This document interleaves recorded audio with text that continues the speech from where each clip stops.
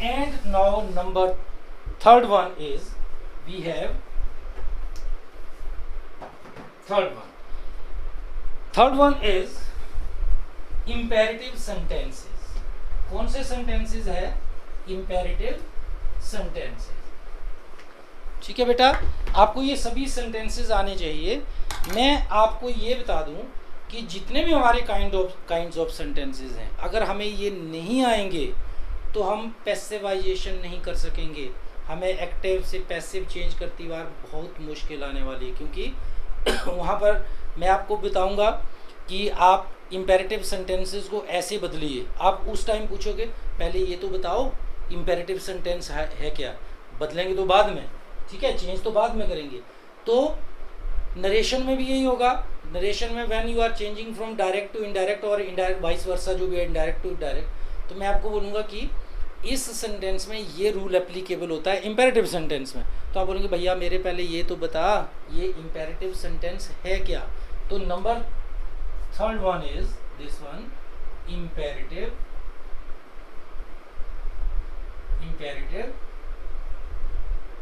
Sentence. देखिए grammar बनाने वाले ने कितना अच्छा काम किया है. जब statement the, I am eating food, I am reading book, I am praying in temple, तो आप तो वो क्या थे, वो असर्टिव थे. फिर आपने क्वेश्चन पूछने का काम किया, why are you disturbing me, why are you making a noise, where are you going, do you eat food, do you love coffee. These were the interrogative sentences. फिर हमारे पास है इम्पेरेटिव. इम्पेरेटिव जैसे हम बोलते हैं this rule is imperative. Imperative mean mandatory. This is important. This is obligatory. Imperative sentences. Imperative sentences कौन है? A sentence that express order,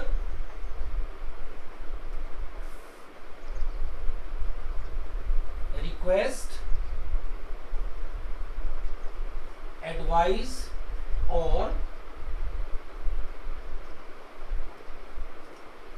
prohibition. ठीक है बेटा, जिस सेंटेंस में आपको ये लगता है कि इस सेंटेंस में या तो किसी को ऑर्डर दिया गया है, आदेश दे रहा है, या रिक्वेस्ट कर रहा है, प्रार्थना कर रहा है किसी से, या किसी को एडवाइस दे रहा है, अच्छी बात समझा रहा है, या फिर प्रोहिबिशन कर रहा है. प्रोहिबिशन का क्या मीनिंग होता है? मना कर रहा है, ये आदेश दे रहा है, ये प्रार्थना कर रहा है, ये आपको उपदेश दे रहा है, और ये आपको प्रोहिबिशन में मना कर रहा है. ये जो ऑर्डर है बेटा, ऑर्डर, ये दोनों चीज़ें एक ही हैं. ऑर्डर और प्रोहिबिशन एक ही बात है. जो पॉजिटिव है वो ऑर्डर है, ऐसा करो तो ऑर्डर है, ऐसा मत करो है तो वो भी ऑर्डर ही है. जैसे मैं आपको बोलता हूँ open the door, this is order. Do not open the door, this one is also order. लेकिन उसको अलग से हमने नाम क्या दे दिया है? प्रोहिबिशन. मना कर रहा है कि you are not allowed to do this, don't do this. Okay, तो order, request, advice and prohibition. Now आप ये सेंटेंसेस देखिए कैसे लिखेंगे हम. ऑर्डर कैसे लिखेंगे? Example,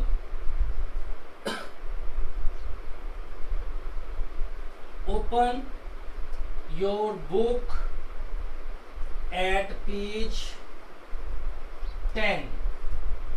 Okay, this one is order. Then please or kindly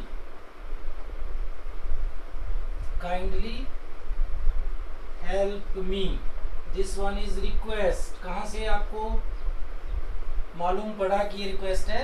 ये प्लीज और ये दिया है. अगर ऐसे दे दिया हेल्प मी, तब तो ये ऑर्डर हो गया. ठीक है, उसमें बोल रहा है प्लीज हेल्प मी. देखो जेस्चर्स कैसे होंगे आपको. आप किसी से पानी मंगवा रहे हो, आप बोल रहे हो bring me a glass of water, this one is order. Bring me a glass of water, sit down, get out, these are orders.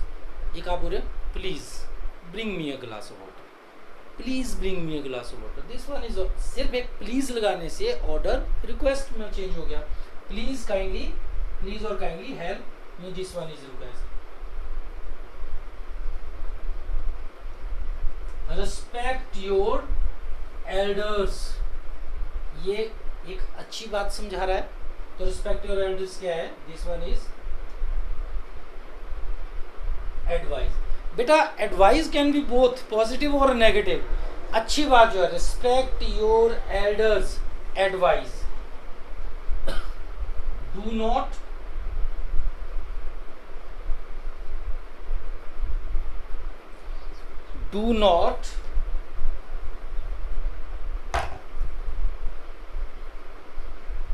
laugh at the poor.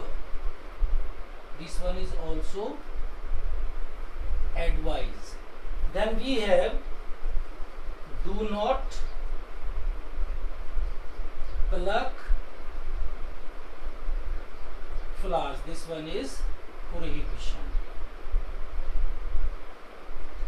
ये मना कर रहा है, ठीक है। देखिए open your book at page 10. Open your book at page 10. This is order. Open the door, open the window, sit down, get lost, bring me a glass of water. All these are orders. Please help me, please lend me your book, please lend me your phone, please help me, please give me 50 rupees. These are requests. Then respect your elders. अच्छी बात समझा रहा है। Respect your elders advice. Do not laugh at the poor. Again advice. Do not pluck flowers. Prohibition. Now dear students, confusion is here.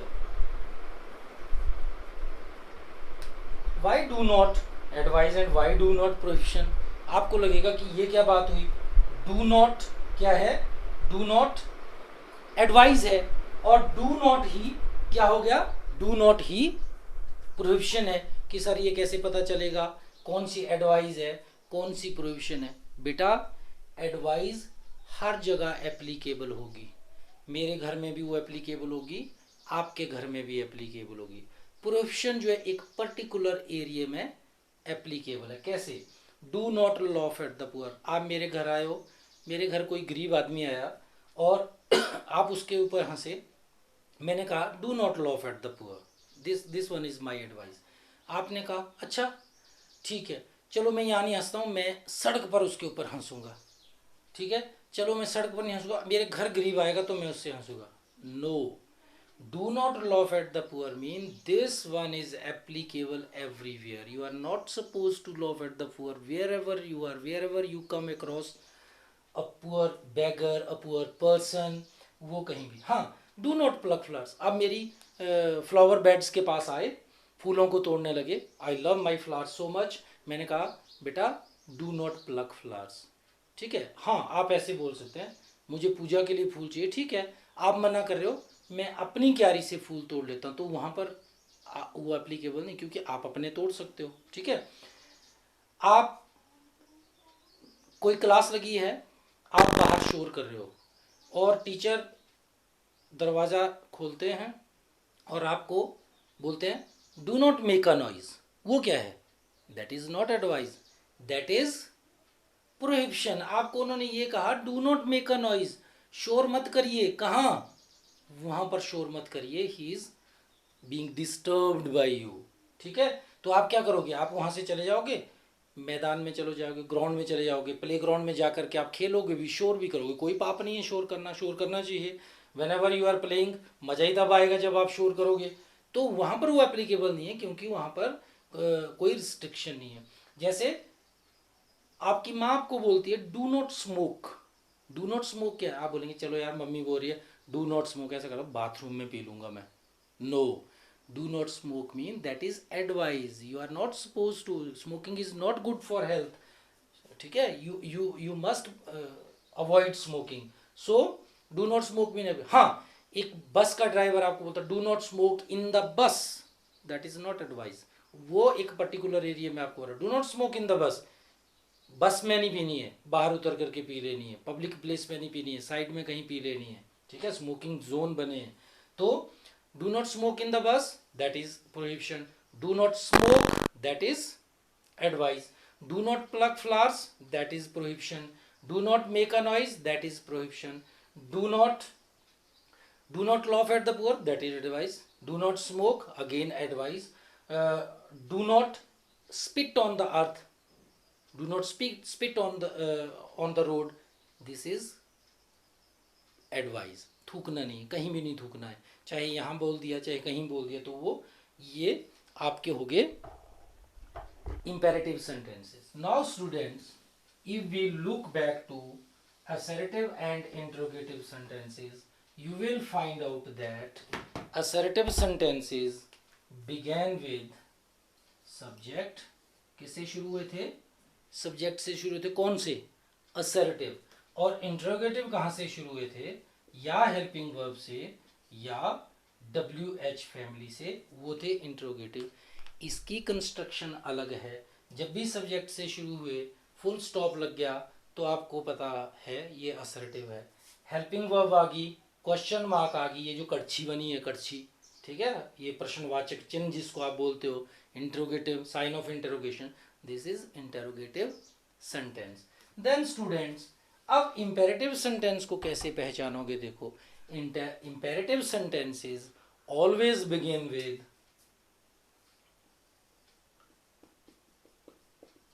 First form of the verb. Interrogative sentence कहां से शुरू होंगे? हमेशा ही फर्स्ट फॉर्म ऑफ से verb. Open the door, sit down, do not, disturb me, do not आ गया prohibition के लिए, डिस्टर्ब फर्स्ट फॉर्म आ गई. Obey your parents, obey first form है. Do not laugh at the poor, do not negativity के लिए आ गया, और लॉफ जो है वो फर्स्ट फॉर्म. तो अगेन हमेशा ध्यान रखना है कि इंपेरेटिव सेंटेंसेस कहाँ से शुरू होते हैं? They begin with first form of the verb. Order वाले सेंटेंसेस फर्स्ट फॉर्म से शुरू होंगे. रिक्वेस्ट वाले सेंटेंसेस प्लीज और काइंडली से शुरू होंगे, अगेन उसके बाद फर्स्ट फॉर्म आ जाएगी. एडवाइस वाले sentences they always begin with first form of the verb. और नेगेटिव एडवाइस है तो वो आपको उसमें नेगेटिव में समझाने की कोशिश की है, तो वो पहले डू नॉट आएगा, फिर उसके बाद फर्स्ट फॉर्म आ जाएगी. वैसे ही प्रोविजन में डू नॉट और फर्स्ट फॉर्म. फिर आपने क्या ध्यान रखना है? There is no subject in imperative sentences. ठीक है, आप देखो कैसे पहचान रहे थे. Sentences beginning with subject, this is assertive. Sentences beginning with helping verb, this is interrogative. There is no subject, no I, we, you, he, she, it, name, कुछ भी नहीं है, तो समझ लो कि वो क्या है? वो इंपेरेटिव सेंटेंस है. तो इंपेरेटिव सेंटेंस की क्या पहचान है? कि there is no subject in these sentences. लेकिन अपनी बात को फिर वापिस ला करके मैं ये बताऊंगा कि अगर इंपेरेटिव सेंटेंस में सब्जेक्ट नहीं, सब्जेक्ट हर सेंटेंस में होता है, there is no such sentence without subject. Imperative sentence में भी सब्जेक्ट है. अब आप बोलेंगे, अभी सर बोल रहे थे सब्जेक्ट नहीं होता है, अब बोल रहे हैं सब्जेक्ट होता है. बेटा, सब्जेक्ट दिखता नहीं है. जितने भी आप यहाँ क्या लिख रहे हो? Open the door, please help me. ठीक है, जैसे ये सेंटेंस, यहां पर देखो कोई भी सब्जेक्ट नहीं है, यहां पर कोई सब्जेक्ट नहीं है, नो सब्जेक्ट एट ऑल. ठीक है, सब्जेक्ट से शुरू होता है, सब्जेक्ट सब्जेक्ट, कोई भी सब्जेक्ट नहीं. तो पहचान के लिए सब्जेक्ट आप ये बोल सकते हैं कि देयर इज नो सब्जेक्ट, अपने दिमाग में रखने के लिए कि कोई भी सब्जेक्ट. लेकिन अगर आपसे कोई पूछ लेता कि what is the subject of imperative sentence, उसे आपने ऐसा नहीं कहना there is no subject in imperative sentence. There is subject in imperative sentence, and subject of imperative sentence is always you. Imperative sentence का सब्जेक्ट क्या है? You होता है, दिखता नहीं है. जब मैंने ये कहा कि there is no subject, it means there is no subject, वो दिख नहीं रहा है, दैट इज इनविजिबल. लेकिन that is understood. Subject is always not he, she, nothing, only you. कैसे? प्रिंसिपल ने बेल बजाई, प्यून अंदर आया, प्यून बोला bring me a glass of water. अगर प्रिंसिपल आई है तो उनके लिए वो प्यून क्या है? You. Bring me a glass of water, You bring me a glass of water. Ring the bell. You ring the bell. Open the door. You open the door. Sit down. You sit down.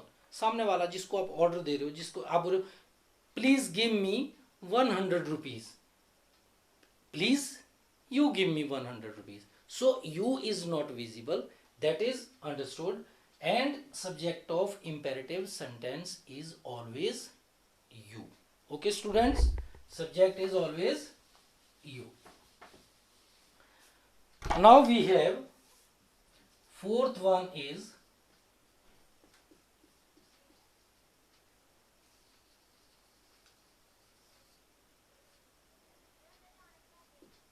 exclamatory sentence. Exclamatory sentence. This one is exclamatory. Now you will try to ask what exclamation is, what exclamatory, what is exclamatory sentence? Exclamatory sentence क्या है? In which we express a sentence in which we express sudden feeling of joy, sorrow,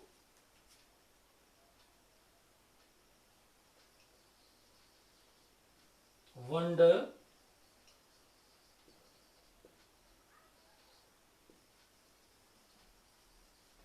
hatred, etc. Sudden feeling of. In these sentences, number one, that was only statement. Number two, that was only question. Number three, order, request, prohibition, advice, etc. And in this exclamatory sentence, there is joy, sorrow, wonder, hatred. Sudden feeling, sudden feeling. एकदम जो feeling आती है जब आप पास हो जाते हैं तो आप मम्मी को क्या बोलते हैं? मम्मी मैं पास हो गया. नो, आप क्या बोलते हैं? ओ मम्मी जी मैं पास हो गया, पास हो गया, pass. This is exclamation. This is sudden feeling of joy. किसी की कोई चीज गुम होगी तो ऐसे क्या बोलता है? हाँ जी मेरी चीज गुम होगी. नहीं, ऐसा नहीं बोला. Oh no I have lost my purse. Sudden. Emojis use करते हैं ना व्हाट्सएप में, ऐसे इस तरह से, फिर यूं ऐसे यूज करते हैं. These are. ये कैसे भी करते हैं वैसे आंखें खोल करके, सरप्राइज. तो ये सभी जो हैं, जो हम यहाँ पर जो बेटा जो जेस्चर्स हम अपने चेहरे पर लाते हैं उनको लिखना कैसे है. जैसे आप बोलते हो oh mama I have pass the exam, लेकिन लिखोगे कैसे? बोल तो दिया आपने, ऐसे ऐसे बाजू करके बोल दिया, लेकिन लिखोगे कैसे? You will have to use exclamatory sentence for that. तो उसमें आप क्या करोगे? In these sentences there is feeling of joy, sudden feeling of, अचानक. जैसे आप घर में अकेले बैठे हैं, लाइट चली जाती है, ठीक है, पावर फेलियर हो गया, ठीक है, your younger sister is coming to you and you hide behind the door. अपने आप को दरवाजे के पीछे छुपा लेते हो. जैसे ही सिस्टर आपके आपने क्या हो, सिस्टर क्या करेगी? These are the sudden expressions. ये फियर के एक्सप्रेशन जो ये लिख के लाने, तो कैसे लाने हैं? जैसे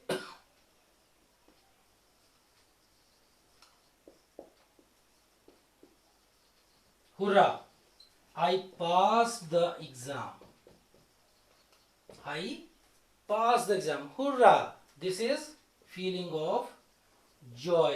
It means this is exclamatory sentence. Then alas, she has lost her purse. ठीक है, पर्स गुम होगा तो खुश थोड़ी होगी, क्या करेगी? दुख मनाएगी. alas, she has lost her purse, sorrow. ठीक है, या ऐसे बोल सकते alas I have lost her. दूसरा जो नरेट कर रहा है उसको भी दुख हो रहा है, जो बोल रहा है oh she has lost her purse. Then what a beautiful picture it is. What a beautiful picture it is. How wonderful the building is. Oh, she is very dirty. ठीक है, अब देखिए सेंटेंसेस. हुर्रा, असर्टिव में कहीं hurrah नहीं आया, interrogative में भी नहीं आया और इंपेरेटिव में भी नहीं आया. एक्सक्लेमेटरी में आ रहा hurrah, I pass the exam, Joy. alas, she has lost her purse, sorrow. what a beautiful picture it is. ये क्या है? Surprise, wonder. Again next one, how wonderful the building is. How wonderful is the building is.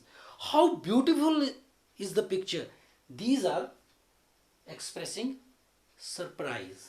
Then, oh, she is very dirty. What is this? Hatred.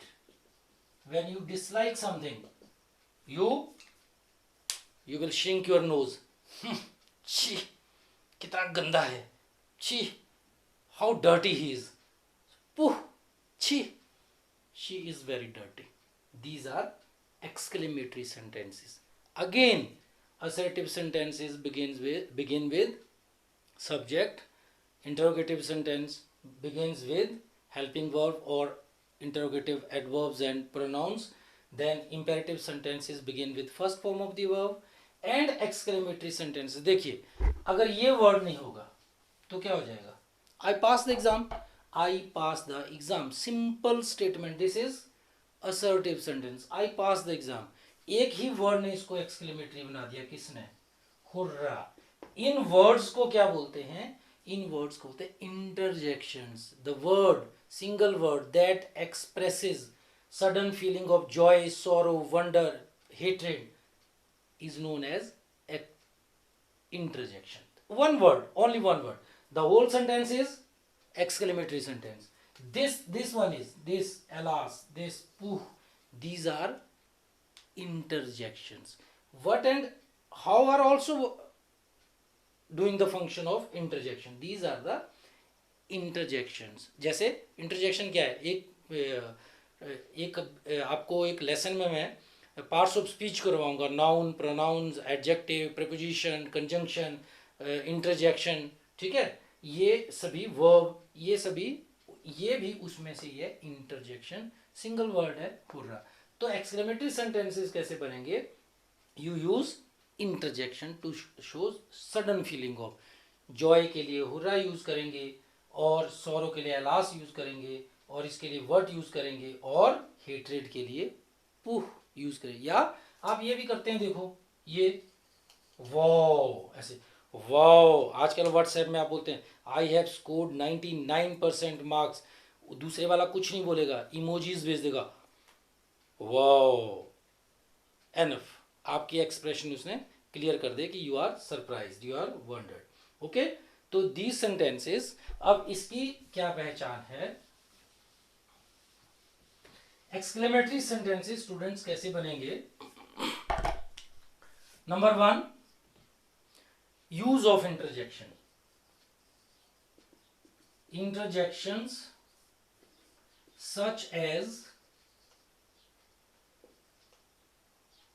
such as hurrah, alas, wow, pooh, etc.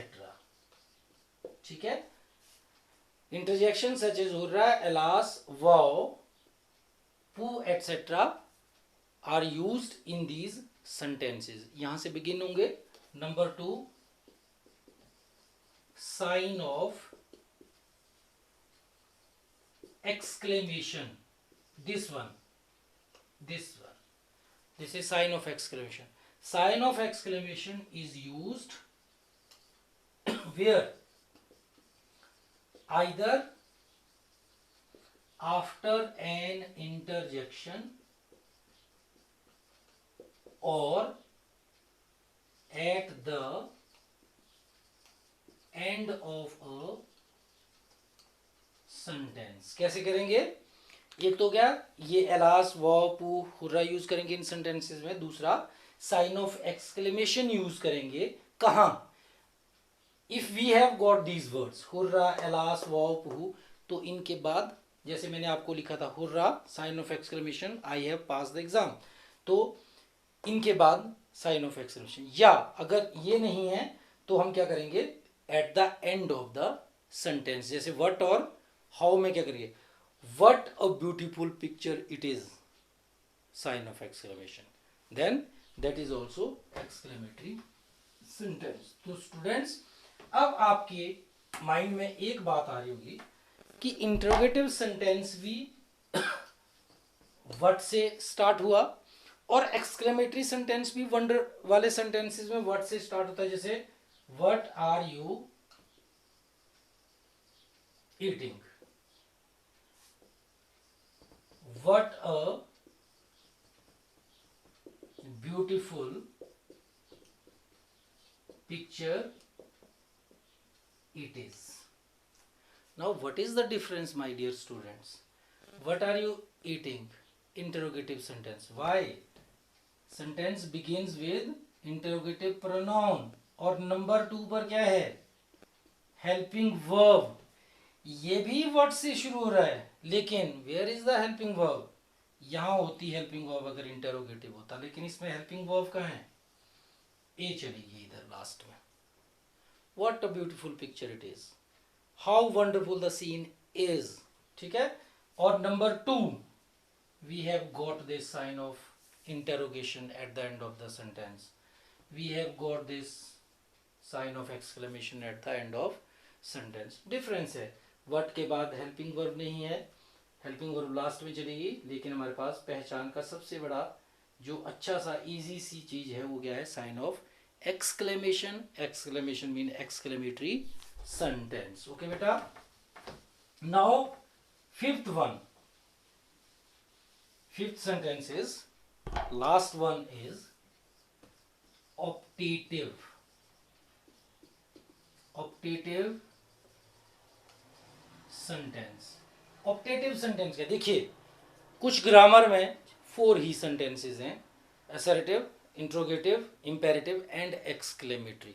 Affirmative और negative को भी वो अलग से बताते हैं, बिल्कुल गलत, absolutely wrong. Affirmative and negative are the parts of assertive, वो अलग हैं, उसको 1 2 3 नहीं करना है, फिर वो 5 6 7 हो जाएंगे। हाँ, एक्सक्लेमेटरी और ऑप्टेटिव को कुछ ग्रामेरियंस ने मिक्स कर दिया, लेकिन वो अलग हैं। ऑप्टेटिव सेंटेंस एक्सप्रेसेस, आप लिख सकते हैं a sentence that expresses, you can write full sentence, a sentence that expresses wish, ठीक है, विश और supposition, wish or supposition, they are optative sentences। now for example देखिए, may you live long, this is wish, आप किसी को wish कर रहे हो, may you live long, may you prosper in your life, may you get success in your life, may you top in your examination, these are the wish, these are optative sentences। these sentences begin with may and end with sign of exclamation।